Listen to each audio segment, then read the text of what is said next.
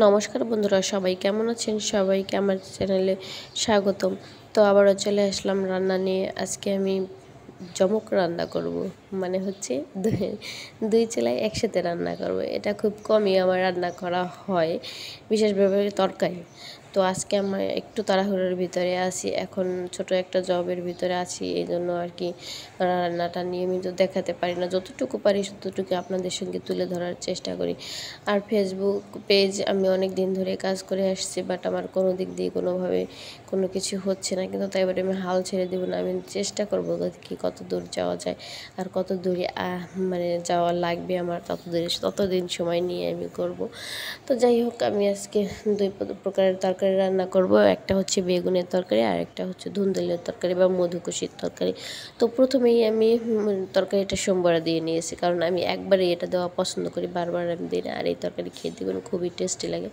আর তরকারি হচ্ছে দুটোটাই খুবই সহজ তরকারি, বেশি জালের লাগবে না আর খুব তাড়াতাড়ি সিদ্ধ হয়ে যায়। ছোটো মাছ দিয়ে পুঁটি মাছ দিয়ে রান্না করবো। এবার পুঁটি মাছ নিয়ে এসেছিলাম অনেক, এই জন্য কয়েকদিনই খেলাম, আর প্রত্যেকটা তরকারি তো আপনাদের সঙ্গে আমি শেয়ার করেছি। তো প্রথমে আমি বেগুনটা ভালো করে কেটে ধুয়ে পরিষ্কার করে তেল দিয়ে জিরে দিয়ে এরপরে দিয়ে দিলাম লবণ হলুদ দিয়ে, ধুন্দুলে সেই একই প্রসেসে আমি দিলাম, আর একটু কাঁচামরিচ দিয়ে দিয়েছি, ব্যাস আর কিছুই না, আর কিচ্ছু লাগবে না। নেড়ে চেড়ে যখন মনে হবে যে না এখন পানি দিতে হবে অথবা জল দিতে হবে, ঠিক সেই সময় জল দিয়ে দিব, ব্যাস আর কি হয়ে গেল। আর সাথে একটু মাছ দিয়ে ঝোলটা কমিয়ে রান্নাটা শেষ। আর আমার প্যানে আপনারা দেখে হয়তো বা বলতে পারেন যে প্যানটার কী অবস্থা। আসলে না, প্যানটা ওরকম কালো হয়ে গেছে, আর ওকে আমি ফেলে দিতে পারবো না, কারণ ও আমার সংসারের প্রথম একটা আসবাবপত্র। আর ও যে আমার কতটা প্রিয় ছিল, মানে এই আসবাবপত্রটা আমার, মানে প্যানটা যে আমার কতটা প্রিয় ছিল সেটা আমি একমাত্র আমিই জানি।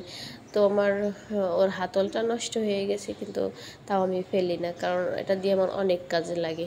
ভাজি অনেক ভালো হয়, মাছ ভাজাটা অনেক ভালো হয়, মোট কথা সবই টোটালি ভালো হয়। কিন্তু কালো হয়েছে তো কী হয়েছে, পুরনো হলেই জিনিসের কদর বাড়ে, সেটা ওর দ্বারাই আমি প্রমাণিত হলাম যে আসলে পুরনো হলেও জিনিসটা এত ভালো, কি বলবো। আর খুবই ভালো লাগে, এই জন্য আর ফেলে দিই না। ওই তরকারি ধরে নামাতে একটু উঠাতে একটু কষ্ট হয় এই আর কি, কিন্তু তারপরেও ভালো লাগে আমার। তো তরকারি পানি জল দেওয়া হয়ে গিয়েছে, এবার আমি মাছটাও দিয়ে দিব।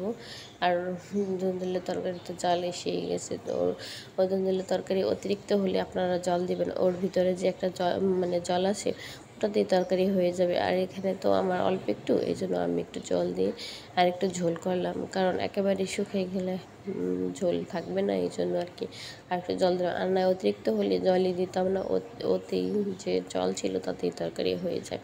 তো মাছ দেওয়া হয়ে গেল, মাছ দেওয়ার সাথে সাথে দেখবেন তার সব তরকারির কালার যেন অন্যরকম হয়ে যায়, ভিতরে যে একটা কালার সেটা চলে আসে। তো দেখতেই পাচ্ছেন, সবাই ভালো থাকবেন।